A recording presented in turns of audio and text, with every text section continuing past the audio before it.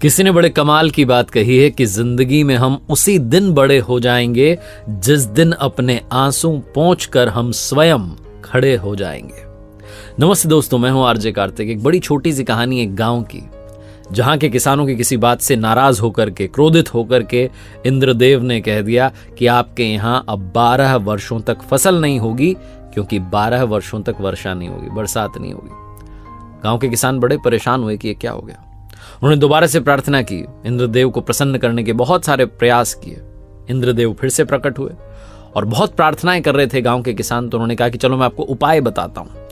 इसका उपाय यह है कि अगर भगवान शिव जी अपना डमरू बजा दें, तो जिस दिन वो डमरू बजा दें, जिस क्षण वो डमरू बजा दें, उसी क्षण आपके गांव में बारिश हो जाएगी। लेकिन आपको उनको प्रसन्न करना होगा। और उधर इंद्रदेव ने जाकर के भगवान शिव जी से आग्रह कर लिया कि प्रभु, कुछ भी हो जाए, आप वो डमरू मत बजाना।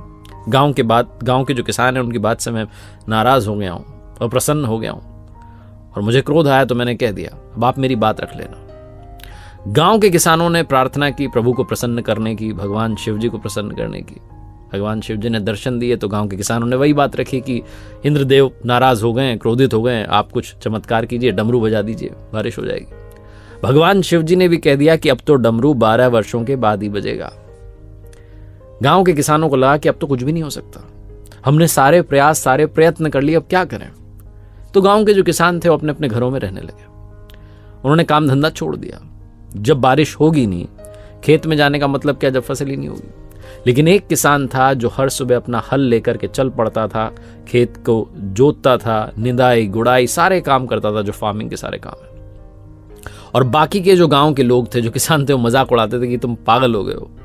जब तुम्हें पता है कि 12 वर्षों तक फसल होगी ही नहीं, वर्षा होगी ही नहीं, तो किस बात को लेकर तुम रोजाना चल देते हो। तो जो किसान जो कि रोज जाता था अपने खेत में, वो कहता था कि मैं रोजाना जाता हूं ताकि कहीं मैं खेती करना ना भूल जाऊं, किसानी करना ना भूल जाऊं।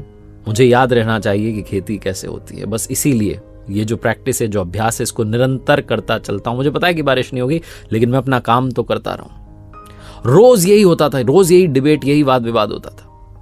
एक दिन माता पार्वती जी ने ये जो तार्किक चर्चा थी, इसको सुन लिया और तुरंत वो महादेव जी के पास गई। भगवान शिव जी से कहा कि प्रभु, गांव के किसान आपस में बातचीत कर रहे हैं और एक किसान ऐसा है जो रोज जाता है अपने खेत में। वो कहता है कि कहीं मैं किसानी करना ना भूल जाऊं, खेती करना ना भूल जाऊं, इसलिए निरंतर प्रयास करता है।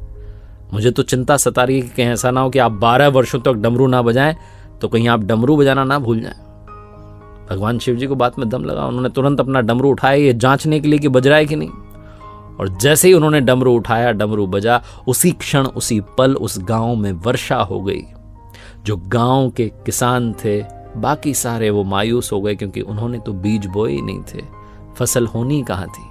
लेकिन वो एकमात्र किसान जो निरंतर जाता था, उसके खेतों में कुछ समय के बाद में फसल लहलहाने लगी।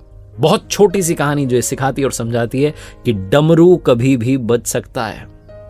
इसीलिए अपनी ओर से मेहनत करना मत छोड़िए, अभ्यास करना मत छोड़िए, निरंतर प्रयत्न करते रहिए। जब आपको लगता है कि सारे दरवाजे बंद हो गए, तो पता नहीं कब कहां से कोई खिड़की खुल जाए और आपको उम्मीद की किरण नजर आ जाए। देखते रहिए मेरे साथ हर सोमवार सुबह 9:30 बजे एक नई कहानी, हर शुक्रवार सुबह 9:30 बजे लर्निंग सीरीज का एक नया वीडियो। ऊपर वाले के आशीर्वाद के साथ, अपने परिवार के प्यार के साथ और अपने हार्ड वर्क के साथ कर दिखाओ कुछ ऐसा कि दुनिया करना चाहे आपके जैसा।